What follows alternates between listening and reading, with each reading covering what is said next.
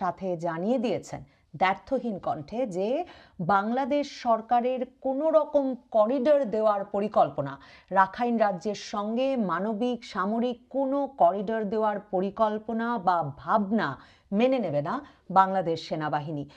এবং সে সময় তিনি, আমার সূত্র বলছে, তিনি উল্লেখ করেছেন যে কোনো রকম Notion of a bloody corridor মেনে নেবে না সেনাবাহিনী। মানে ব্লাডি শব্দটা যখন ব্যবহৃত হয়, একদিকে তো আমরা লিটারেলি মানে একেবারে শব্দার্থ ধরে করিডরের এই আইডিয়াকে, এই ভাবনাকে সেনাপ্রধান রক্তক্ষয়ী বা অনেক রক্তপাত সৃষ্টি করবে এরকম করেও অনুবাদ করতে পারি, কিন্তু ব্রিটিশ ইংরেজিতে সাধারণত কথ্য ভাষায় ব্লাডি শব্দটি যখন কোনো শব্দের আগে ব্যবহৃত হয়, বুঝতে হবে যিনি বলছেন তিনি ক্ষুব্ধ, রাগান্বিত এবং তিনি এই বিষয়টিকে ভীষণভাবে বিরক্তিকর এবং ফালতু একটা আইডিয়া বলে মনে করেন। মানে ব্লাডি করিডর হিসেবে উল্লেখ করে স্পষ্ট ভাষায় সেনাপ্রধান জানিয়ে দিয়েছেন সরকারের এরকম কোনো পরিকল্পনার সাথে বাংলাদেশের সেনাবাহিনী থাকবে না। গতকাল অর্থাৎ মঙ্গলবার প্রধান উপদেষ্টার কার্যালয়ে তিন বাহিনী প্রধানের যে একটা বৈঠক হলো, যে বৈঠক নাকি ঢাকার আইন শৃঙ্খলা পরিস্থিতি সম্পর্কে হয়েছে বলে প্রধান উপদেষ্টার দফতরের প্রেস উইং থেকে পরবর্তীতে সংবাদ মাধ্যমকে জানানো হলো। আমার মনে হয় আমরা যেমন কেউ বিশ্বাস করিনি সেটা শুধুই ঢাকা শহর বা দেশের আইন শৃঙ্খলা পরিস্থিতি নিয়ে ছিল, কারণ এমনকি পুলিশ সহ আইন শৃঙ্খলা রক্ষাকারী বাহিনীর অন্য কোনো বাহিনীর প্রতিনিধিকে বা প্রধানদেরকে সেই বৈঠকে দেখা যায়নি। আমরা যেমন সেটা বিশ্বাস করি না, আমার মনে হয় সচেতন পাঠকও লক্ষ্য করেছেন এবং ভেবেছেন যে দেশের আইন শৃঙ্খলা পরিস্থিতি নিয়ে তিন বাহিনী প্রধানের সঙ্গে এই বৈঠকে কেন জাতীয় নিরাপত্তা উপদেষ্টা খলিলুর রহমান এবং পররাষ্ট্র উপদেষ্টা তৌহিদ হোসেন উপস্থিত হলেন। আসলে যমুনায় তিন বাহিনী প্রধান যে গতকাল প্রধান উপদেষ্টা ডক্টর মোহাম্মদ ইউনূসের সঙ্গে দেখা করতে গিয়েছিলেন, তারা এই বার্তাটি আজকের দরবারের আগে প্রধান উপদেষ্টাকে স্পষ্টভাবে দিয়ে আসতে গিয়েছিলেন যে কোনোভাবেই বাংলাদেশের সশস্ত্র বাহিনী ডক্টর ইউনূসের কোনো করিডর দেওয়ার পরিকল্পনার সঙ্গে একমত নয় এবং তারা কোনোভাবেই তাতে যুক্ত হবে না। মানে সেটা জাতিসংঘের দাবি বা আবদার অনুযায়ী মানবিক করিডরই হোক, আর আমেরিকার আবদার বা নির্দেশনা অনুযায়ী সামরিক করিডর বা আরাকান আর্মিকে সহায়তার জন্য রসদের চ্যানেল তৈরি হোক, কোনো রকম কোনো করিডরে সামরিক বাহিনী, সশস্ত্র বাহিনী কোনোভাবে যুক্ত হবে না এবং তারা এই পরিকল্পনা অনুমোদন করে না। ডক্টর মোহাম্মদ ইউনূস সরকার শুধু যে সেনা প্রধানকে না জানিয়ে জাতীয় নিরাপত্তা উপদেষ্টা পদে খলিলুর রহমানকে মার্কিন যুক্তরাষ্ট্র থেকে উড়িয়ে এনে বসিয়ে দিয়েছিলেন তাই নয়, গত কয়েক মাস ধরে ডক্টর মোহাম্মদ ইউনূস সরকার খলিলুর রহমানের নেতৃত্বে আর প্রধান উপদেষ্টার দপ্তরে সশস্ত্র বাহিনীর যে প্রিন্সিপাল স্টাফ অফিসার বসেন জেনারেল কামরুল হাসান, এই দুজনের নেতৃত্বে কিভাবে এই মানবিক করিডর চালু করা যায় আর মার্কিন যুক্তরাষ্ট্রের নির্দেশনা অনুযায়ী পরামর্শক্রমে কি করে আরাকান আর্মির জন্য রসদের চ্যানেল তৈরি করা যায় সেই বিষয়ে কাজ করছিলেন। সেনা প্রধান এতে এতটাই ক্ষুব্ধ হয়েছিলেন, একে দেশের জাতীয় নিরাপত্তা উপদেষ্টা নিয়োগ করে দেওয়া হয়েছে, সশস্ত্র বাহিনী কিছু জানে না, আর অন্যদিকে দেখুন সশস্ত্র বাহিনী প্রধানদের সহ মানে সশস্ত্র বাহিনীর নিয়ম কাঠামো কিছু না মেনে ডক্টর ইউনূস ভেবেছেন তিনি যমুনায় বসে তার অফিসে যে সশস্ত্র বাহিনীর প্রিন্সিপাল স্টাফ অফিসার আছে কামরুল হাসান, তাকে দিয়ে আর খলিলুর রহমানকে দিয়ে সশস্ত্র বাহিনীর একটি অংশকে ব্যবহার করে সামরিক করিডর খুলে দেবেন মার্কিন যুক্তরাষ্ট্রের নির্দেশনায়। তিন বাহিনী প্রধান গিয়ে গতকাল স্পষ্টত বলে এসেছেন এসব পরিকল্পনা বা এসব কাজ সশস্ত্র বাহিনীতে খলিলুর রহমান কিংবা ডক্টর ইউনূসের নাক গলানো বরদাস্ত করা হবে না। এই বিষয়টি নিয়েও যে আজ দরবারে আলাপ হয়েছে কিংবা সেনাপ্রধান তার সেনা কর্মকর্তাদের সরাসরি ইঙ্গিত দিতে চেয়েছেন, সেটা পরিষ্কার হয় সেনাপ্রধানের একটা মন্তব্যে। সেনাপ্রধান স্পষ্ট করে বলেন যে বড় বড় সিদ্ধান্ত এই অন্তর্বর্তীকালীন সরকার নিয়ে ফেলছে সশস্ত্র বাহিনীকে, আর্মড ফোর্সেসকে ডার্কে রেখে, অন্ধকারে রেখে। এটা বরদাস্ত করা হবে না। এবং অন্যদিকে মনে রাখতে হবে একমাত্র নির্বাচিত সরকারই আসলে দেশ বা রাষ্ট্র কোন পথে যাবে তা নির্ধারণ করতে পারে, একটা অনির্বাচিত সরকার নয়। সশস্ত্র বাহিনীর ভেতরে যে কানাঘুষা চলছিল সে বিষয়ে স্পষ্ট বার্তা দিয়ে দিতে চেয়েছেন আজকের দরবারে সেনাপ্রধান। তার প্রমাণ সেনাপ্রধান ওয়াকারুজ্জামান পরিষ্কারভাবে বলেছেন যে তারা ডক্টর ইউনূস সরকারকে জানিয়ে এসেছেন, অন্তর্বর্তীকালীন সরকারকে জানিয়ে এসেছেন যে রাষ্ট্রের অত্যন্ত গুরুত্বপূর্ণ স্পর্শকাতর সকল বিষয়ে অন্তর্বর্তীকালীন সরকার যে সশস্ত্র বাহিনীকে অন্ধকারে রেখে বিভিন্ন সিদ্ধান্ত নিচ্ছেন তা যেমন গ্রহণযোগ্য নয়, তা যেমন বরদাস্ত করা হবে না, ঠিক তেমনি রাষ্ট্র কোন পথে পরিচালিত হবে, দেশ কি কি গুরুত্বপূর্ণ সিদ্ধান্ত নেবে তা একমাত্র নির্বাচিত সরকার নিতে পারে, একটা অনির্বাচিত প্রশাসন নয়।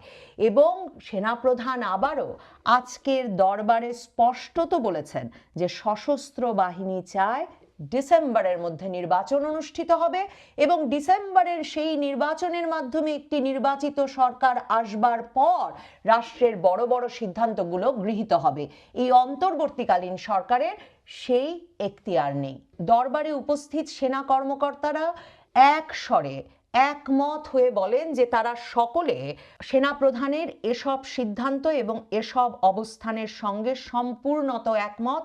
এবং দরবারে দাঁড়িয়ে একজন কর্নেল বলেন যে সেনাবাহিনী আরেকটি যে বিষয়ে উদ্বিগ্ন এবং একমত সেটা হচ্ছে বাংলাদেশের মুক্তিযুদ্ধের চেতনা সমুন্নত রাখা যাচ্ছে কিনা এবং বাংলাদেশের স্বাধীনতা সংগ্রামের যে ইতিহাস, যে ঐতিহ্য, যে মর্যাদা সেটা যেমন কিছুতেই ক্ষুণ্ণ হতে দেওয়া যাবে না, ঠিক তেমনি জাতীয় মর্যাদা, রাষ্ট্রের মর্যাদাও যাতে কোনোভাবে ক্ষুণ্ণ না হয় সেটা যেন সশস্ত্র বাহিনী সবসময় নজরে রাখে, সে বিষয়েও সশস্ত্র বাহিনীর সকল কর্মকর্তারা একমত।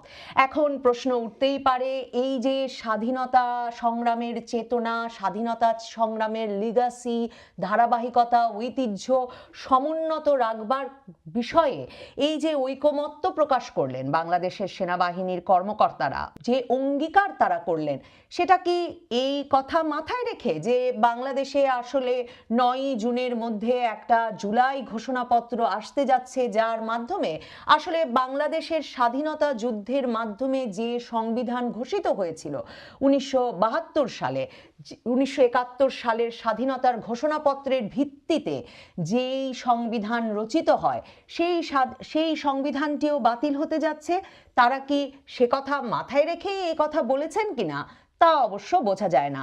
তবে সেনা কর্মকর্তারা সরাসরি সেনাপ্রধানকে বলেন আপনি যা সিদ্ধান্ত নেবেন আমরা আপনার সাথে আছি, আমরা কেবলই আদেশের অপেক্ষায়। এখন প্রশ্ন থেকেই যায় কোন আদেশের অপেক্ষায় তারা আছেন। সেনাপ্রধান অবশ্য পরিষ্কার করেছেন, সেনাপ্রধান বলেছেন বিক্ষোভের নামে সহিংসতা, নৈরাজ্য, সড়কে বিশৃঙ্খলা সেসব আর সেনাবাহিনী সহ্য করবে না। সেনাপ্রধান সরাসরি বলেন অনেক হয়েছে, 30শে ডিসেম্বরের মধ্যে নির্বাচিত সরকারকে ক্ষমতা তুলে দিতে যা করার করুন এবং আমাদেরকে ব্যারাকে ফিরে যেতে দিন। এ কথা তো সেনাপ্রধান আসলে সেই ফেব্রুয়ারি মাস থেকেই বলছেন যে তিনি তার 30,000 সৈন্যকে নিয়ে দ্রুত ব্যারাকে ফিরে যেতে চান এবং তিনি চান একটা সুষ্ঠু, অবাধ, অন্তর্ভুক্তিমূলক নির্বাচন। কাজেই সেনাপ্রধান সেই জায়গা থেকে যে একটুও বিচ্যুত হননি, বরং অন্তর্বর্তীকালীন সরকার নির্বাচনকে ক্রমাগতভাবে একটা অনিশ্চয়তার দিকে ঠেলে দিয়ে আরাকান রাজ্যের সঙ্গে মানবিক করিডর, চট্টগ্রামের বন্দর দিয়ে দেওয়া, এরকম নানা কাজে যে নিজেকে ব্যস্ত রেখেছে এবং সেসব কাজ যে সশস্ত্র বাহিনী পছন্দ করছে না, সম্ভবত সেটাই খুব পরিষ্কার করে গতকাল বলে এসেছেন সেনাপ্রধান সহ 3 বাহিনী প্রধান ডক্টর মোহাম্মদ ইউনূসের মুখের ওপর। এবং সেই প্রতিক্রিয়াতেই দেখা যাচ্ছে খলিলুর রহমান, জাতীয় নিরাপত্তা উপদেষ্টা, সেনানিবাসে যখন দরবার চলছে তিনি তখন এক প্রেস কনফারেন্স করে সাংবাদিকদের ডাক দিয়ে জানাচ্ছেন যে করিডর নিয়ে নাকি কারো সঙ্গে কোনো কথা হয়নি বাংলাদেশের। খলিলুর রহমানের এই কথা আপনি বিশ্বাস করবেন কিনা আপনার ব্যাপার, কারণ মনে রাখবেন গত 4 মে বাংলাদেশ ইউনিভার্সিটি প্রফেশনালস মানে একটা ইউনিভার্সিটির আয়োজনে যখন তিনি রোহিঙ্গা সমস্যা বিষয়ক এক সেমিনারে বক্তব্য রাখছিলেন, তখন কিন্তু তিনি সরাসরি বলেছিলেন যে মানবিক করিডোর নিয়ে সরকার কোনো চুক্তি স্বাক্ষর করেনি, এটি নিয়ে কেবল প্রাথমিক পর্যায়ের আলোচনা হয়েছে। তার মানে ৪ঠা মেতে জাতীয় নিরাপত্তা উপদেষ্টা বলছেন প্রাথমিক পর্যায়ের আলোচনা হয়েছে, আর আজ ২১শে মেতে এসে তিনি বলছেন যে সরকার কারো সঙ্গে কোনো আলোচনা করেনি মানবিক করিডোর বিষয়ে। কাজেই জাতীয় নিরাপত্তা উপদেষ্টার এই কথা কতটুকু বিশ্বাসযোগ্য সেটা বিবেচনায় রেখে আরেকটি বিষয়ে দৃষ্টি আকর্ষণ করতে চাই। খলিলুর রহমান আজ সংবাদ সম্মেলনে আরেকটা কথা বলেন যে করিডোর ব্যবস্থাটি বুঝতে হবে। করিডোর হচ্ছে একটা জরুরি সময়ে দুর্যোগপূর্ণ জায়গা থেকে মানুষকে সরিয়ে নেওয়ার ব্যবস্থা। আমরা এখানে কাউকে সরাচ্ছি না। আরাকানের যে অবস্থা তাতে করিডোরের প্রয়োজন নেই। যে প্রয়োজনীয়তা আছে সেটা হলো ত্রাণ পৌঁছে দেওয়া। আরে আমরা কবে বললাম যে করিডোর দিয়ে তারা একদল লোককে অন্যদিকে নেবেন? মানে মানবিক করিডোরের এই সংজ্ঞা খলিলুর রহমান কোথায় পেলেন? মানে এই যে এই সরকারের কর্তা ব্যক্তিদের ধারণা যে আমরা আর কেউ কোনো পড়ালেখা জানি না, পৃথিবীর কোথায় কি ঘটেছে আমরা জানি না, এমনকি আমরা একটু গুগলও করতে পারি না, ইংরেজিও পড়তে পারি না। ঠিক যেমন তারা ভাবেন যে সেনাপ্রধানকে কিছু না বলেই করিডোর, এমনকি সামরিক করিডোরের পরিকল্পনাও তাদের পক্ষে করে ফেলা সম্ভব, ঠিক তেমনি খলিলুর রহমান আজ এক ঘর সাংবাদিকদের সামনে বলে এলেন মানবিক করিডোর ব্যবস্থাটা নাকি, আমাদের করিডোর বলতে নাকি বোঝায় যেখান থেকে মানুষ সরিয়ে নেওয়ার ব্যবস্থা করা হচ্ছে। আর তারপর তিনি বললেন এখন তারা কাউকে সরাচ্ছেন না, তারা ওই এলাকায় প্রয়োজন ত্রাণ পৌঁছে দেওয়া। জাতিসংঘ তো ত্রাণ পৌঁছে দেওয়ার নামেই বাংলাদেশের কাছে করিডোর চেয়েছে, এবং সে কথা যখন ফেব্রুয়ারি মাস থেকে এই নবনীতা চৌধুরীর বয়ানেও নানা সূত্র থেকে আপনাদের সামনে তুলে ধরতে থাকলাম যে বাংলাদেশ এই নিয়ে আলাপ করছে, এদিকে আগাচ্ছে, এবং পৃথিবীর কোথাও মানবিক করিডোর শেষ পর্যন্ত তার নিরাপত্তা ধরে রাখতে পারেনি। শেষ পর্যন্ত ওই করিডোর দিয়ে শুধু ত্রাণ যায়নি, মাদক গেছে, অস্ত্র গেছে, এমনকি সশস্ত্র যোদ্ধা এপাশ ওপাশ হয়েছে।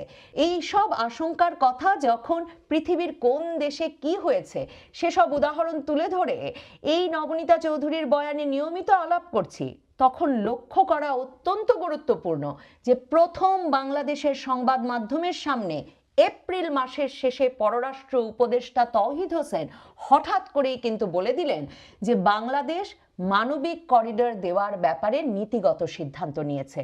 পররাষ্ট্র উপদেষ্টাও মন্ত্রী, জাতীয় নিরাপত্তা উপদেষ্টা হিসেবে খলিলুর রহমানও আছেন মন্ত্রী পদমর্যাদায়। তাহলে কি পররাষ্ট্র উপদেষ্টা না জেনেই বলে দিয়েছিলেন সংবাদ মাধ্যমকে যে মানবিক করিডোর দেওয়ার নীতিগত সিদ্ধান্ত হয়েছে? দেখুন, পররাষ্ট্র উপদেষ্টা তৌহিদ হোসেন এ কথা না জানালে এখন পর্যন্ত যখন খলিলুর রহমান লেফটেন্যান্ট জেনারেল কামরুল হাসানের সঙ্গে মিলে ডক্টর ইউনূসের পরামর্শে মানবিক করিডোর, সামরিক করিডোর সবকিছু দেওয়ার কার্যক্রম চালিয়ে যাচ্ছিলেন, তখনও এটা বলবার বা এটা ভাববার সুযোগ থেকে যেত যে খবর হয়তো মিথ্যে, ওইদিকে তলে তলে এই খলিলুর রহমান, কামরুল হাসানরা পুরো কাজটি বাস্তবায়নে এগিয়ে যেতেন। এই কথা বুঝেই কিন্তু পররাষ্ট্র উপদেষ্টা তৌহিদ হোসেন তখন এপ্রিলের শেষে সংবাদ মাধ্যমের সামনে বলে দেন যে মানবিক করিডোর দেওয়ার নীতিগত সিদ্ধান্ত নিয়ে ফেলেছে সরকার। তারপর থেকেই রাজনৈতিক দলগুলো এবং সংবাদ মাধ্যম লেখালেখি শুরু করে মানবিক করিডোর দেওয়ার নিরাপত্তা ঝুঁকি সম্পর্কে, যার প্রেক্ষিতে সেনা প্রধান, নৌবাহিনী প্রধান, বিমান বাহিনী প্রধান গতকাল গিয়ে জানিয়ে এলেন সকল খোঁজ খবর নিয়ে যে এমন কোনো পরিকল্পনা সশস্ত্র বাহিনীকে এড়িয়ে গিয়ে চলবে না। এই ধরনের কোনো করিডোর দেওয়ার পরিকল্পনা, ভাবনা, বাস্তবায়ন অ্যাপ্রুভ করে না, অনুমোদন করে না বাংলাদেশের সশস্ত্র বাহিনী। সেই প্রেক্ষিতেই গতকালের বৈঠকে দেখুন জাতীয় নিরাপত্তা উপদেষ্টার সঙ্গে পররাষ্ট্র উপদেষ্টা তৌহিদ হোসেনও কিন্তু উপস্থিত ছিলেন। এই পররাষ্ট্র উপদেষ্টার মানবিক করিডোরের খবরটি সংবাদ মাধ্যম সহ দেশবাসীকে জানিয়ে দেওয়ার অপরাধেই পররাষ্ট্র সচিবের চাকরি গেছে। পররাষ্ট্র উপদেষ্টার সঙ্গেও ডক্টর ইউনূসের সম্পর্কটা হয়েছে খুব খারাপ। যাই হোক, সেনাপ্রধান আজ দরবারে পরিষ্কার করে দিয়েছেন যে সশস্ত্র বাহিনী আসলে ডক্টর ইউনূসের বিদেশের বিভিন্ন রাষ্ট্রের সঙ্গে এসব বড় বড় পরিকল্পনা নিয়ে এগিয়ে যাওয়ার বিষয়টি, প্রবণতাটি আসলে কোনোভাবেই পছন্দ করছে না। সেনাপ্রধান আরেকটি কথা কি বলেছেন জানেন? দরবারে তার কর্মকর্তাদের উদ্দেশ্যে আসলে খুব অনানুষ্ঠানিকভাবে সেনাপ্রধান দরবারে সেনা কর্মকর্তাদের সঙ্গে কথা বলেন। সেনাপ্রধান বলেছেন, আমরা আপনাকে নিরাপত্তা দিলাম আর আপনার লোকেরা আমাকে মারতে বিদেশ থেকে লোক আনলো।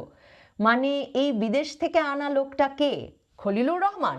তার মানে গত কদিন ধরে আমরা যে শুনছিলাম ডক্টর ইউনূস সেনাপ্রধান ওয়াকারুজ্জামানকে সরিয়ে দিয়ে আসলে চাইছেন principal staff officer lieutenant general Kamrul হাসানকে সেনাপ্রধান হিসেবে নিয়োগ দিতে, সেই কথা তার মানে সত্যি? সেনাপ্রধান তার মানে সরাসরি খলিলুর রহমান জাতীয় নিরাপত্তা উপদেষ্টার দিকে ইঙ্গিত করে বললেন যে তাকে মারতে, সেনাপ্রধানকে মারতে এই লোকটিকে বিদেশ থেকে উড়িয়ে আনা হয়েছে। তার মানে সেনাপ্রধান, ডক্টর ইউনূস, তারা দুজন এখন সত্যি সত্যি মুখোমুখি। সেনাপ্রধান, বিমান বাহিনী, নৌবাহিনী প্রধান একাট্টা হয়ে গিয়ে যমুনায় গিয়ে ডক্টর ইউনূসকে স্পষ্ট ভাষায় বলে এসেছেন যে এই অন্তর্বর্তীকালীন সরকারের দায়িত্ব একটাই, 30শে ডিসেম্বরের মধ্যে নির্বাচন এবং নির্বাচিত সরকারকে দায়িত্ব হস্তান্তর। এর ফাঁকে ডক্টর ইউনূসের অন্য কোনো চেষ্টা, সেনাপ্রধানকে সরিয়ে দেওয়ার চেষ্টা কিংবা সেনাবাহিনীর ভেতরে অন্য কোনো রদবদল আনবার চেষ্টা কিংবা বিদেশের অন্য রাষ্ট্রকে এটা ওটা দিয়ে দেওয়ার চেষ্টা সম্ভবত সশস্ত্র বাহিনী শক্ত হাতে প্রতিহত করবে। সেনা কর্মকর্তারা সেনাপ্রধানকে বলেছেন তারা আছেন শুধুমাত্র আদেশের অপেক্ষায়। আর সেনাপ্রধান যে বলেছেন রাস্তায় বিশৃঙ্খলা নৈরাজ্য সৃষ্টি সহ্য করা হবে না, সেটা সেনাবাহিনী আগামী কয়েক দিনে, কয়েক সপ্তাহে কতটা স্পষ্ট করতে পারে, কতটা বাস্তবায়ন করে দেখাতে পারে তার উপর নির্ভর করছে। আগামী 9ই জুনের মধ্যে আমরা বঙ্গভবন ঘেরাও, রাষ্ট্রপতির অপসারণ, সেনাপ্রধান অপসারণ এবং সংবিধান বাতিল এসবের দাবিতে জাতীয় নাগরিক পার্টি এনসিপির নেতৃবৃন্দকে কিংবা হাসনাত আবদুল্লাহকে তার অনুসারী দলগুলোর নেতা কর্মীর